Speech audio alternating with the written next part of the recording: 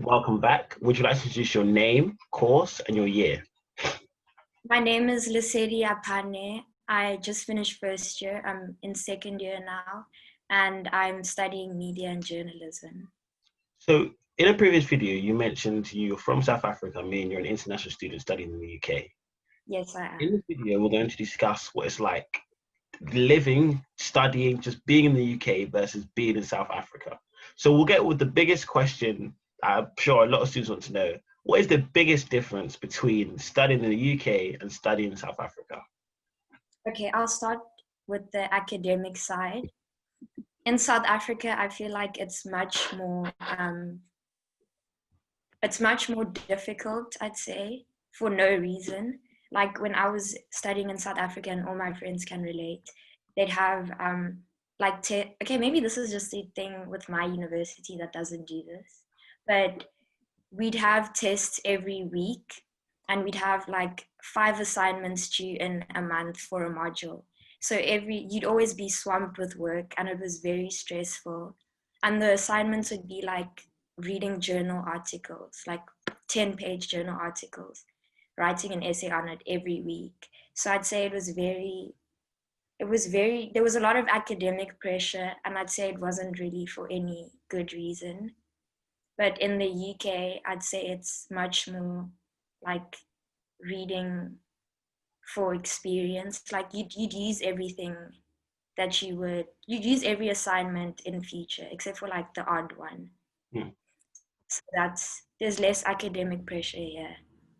Comparing the cultures, what Mhm. shocked you about coming to the UK and seeing the UK culture? Just the food, like everyone says. The food here is a lot different. Even the taste of the food, even like vegetables, fruit, stuff like that. It's very different. How, But the meals in itself taste different. Sorry? what is that difference? What does it taste like? Is it worse? Is it better? Oh, no, this is biased though. But yeah, I think the fruit and vegetables are worse. But that's very biased. But the other like restaurant food, if you go to a good restaurant, you'll get good food. If you What's don't, sorry? what's the restaurant at your university? Um, okay, it depends on where you are financially. If you want like an expensive sort of meal, you'll go to a Vika.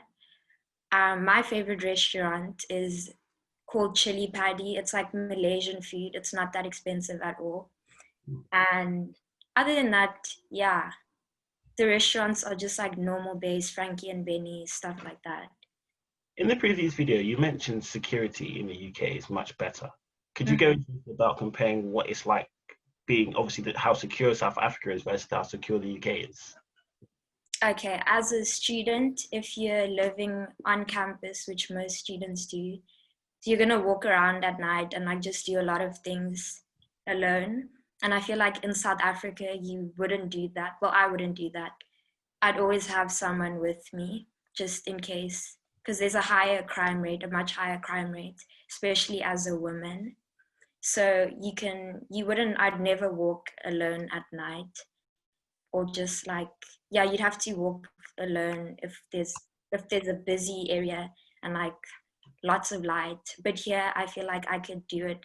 I do it alone, not often, but like it's much easier. And I know that the worst that would happen to me is like, I don't know, getting catcalled as opposed to like getting kidnapped. It's very dramatic, but like, yeah, that is the worst. If we look into the UK drinking culture, is this something that shocked you or something that you were prepared for?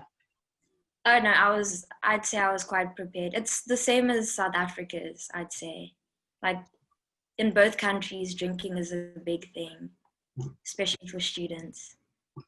And when you came to the UK, first kind of impressions of the weather, is it the same as South Africa or is it different? The weather is okay. The weather in winter is horrible.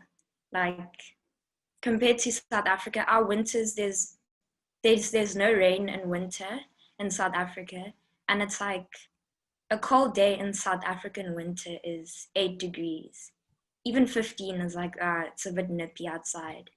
And then here, winter, it's cold. Like I've never felt that much cold.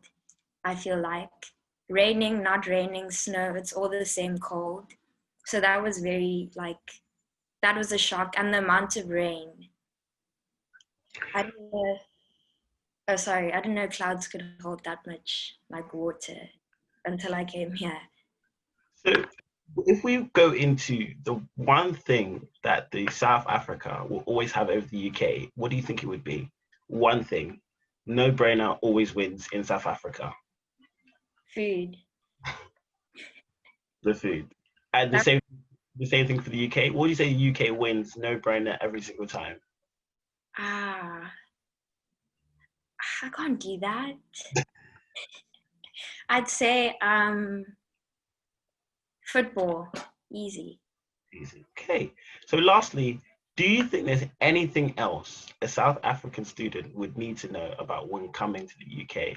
So if it's either clothing, weather, culture, what you need to realize, like you said, the signs or kind of anything in general, like be prepared for this when it comes to the UK because you will get shocked by it because I did.